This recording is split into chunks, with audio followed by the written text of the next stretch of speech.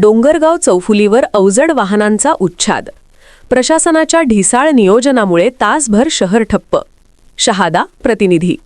शहादा शहरातील डोंगरगाव रोडवरील बिरसा मुंडा चौक, डोंगरगाव चौफुली येथे मंगळवारी सायंकाळी अवजड वाहनचालकांच्या बेदरकारपणामुळे आणि वाहतूक प्रशासनाच्या अपुऱ्या नियोजनामुळे तब्बल 1 तास संपूर्ण वाहतूक कोलमडली. लोणखेडा, डोंगरगाव, शहादा व दोंडाईचा या चारही दिशांनी ये-जा करणारी वाहने एकमेकात अडकून पडल्याने नागरिकांचे हाल झाले. सायंकाळच्या गर्दीच्या वेळेत अवजड वाहने कोणताही नियम न पाळता मनमानी पद्धतीने चौकात घुसल्यावे काही मिनिटांतच चौफुलीवर वाहनांचा अक्षरशः महासागर उसळला. लांबलचक वाहनांच्या रांगा लागून संपूर्ण परिसरात गोंधळाचे वातावरण निर्माण झाले. या गंभीर गोंधळात एक रुग्णवाहिकाही अडकली. ही बाब अत्यंत धक्कादायक असून आपत्कालीन सेवांच्या सुरक्षिततेवरच प्रश्नचिन्ह निर्माण झाले. रुग्णवाहिकेला वाट मिळत नसेल तर सामान्य नागरिकांचे काय, असा संतप्त सवाल उपस्थित करत नागरिकांनी प्रशासनाविरोधात तीव्र नाराजी व्यक्त केली. घटनेची माहिती मिळताच शहादा वाहतूक शाखेचे अधिकारी धनंजय पवार आणि सचिन पाटील यांनी घटनास्थळी धाव घेऊन वाहतूक नियंत्रणाचे प्रयत्न सुरू केले. मात्र परिस्थिती इतकी बिकट होती की वाहतूक पूर्ववत करण्यासाठी पोलिसांना जवळपास अर्धा तास कठोर परिश्रम घ्यावे लागले.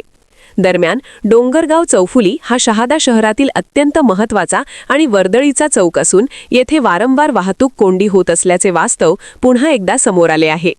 तरीही कायमस्वरूपी वाहतूक पोलीस, स्पष्ट मार्गदर्शक सूचना आणि अवजड वाहनांवर नियंत्रण नसल्याने प्रशासनाच्या कार्यपद्धतीवर नागरिकांनी गंभीर प्रश्न उपस्थित केले आहेत.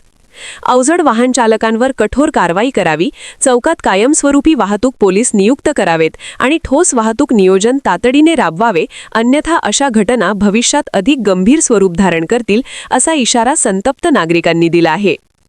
मराठी न्यूज. नमस्कार, मी भूषण पाटील. 1 ते 1.5 तासापासून ट्रॅफिक जाम होती.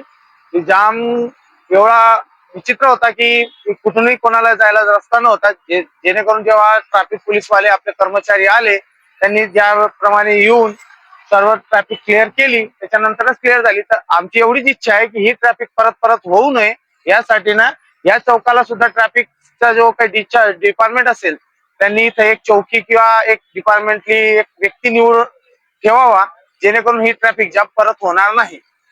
बातमी तुमची, साथ आमची. ताज्या अपडेटसाठी लाईक, शेअर आणि सबस्क्राईब नक्की करा.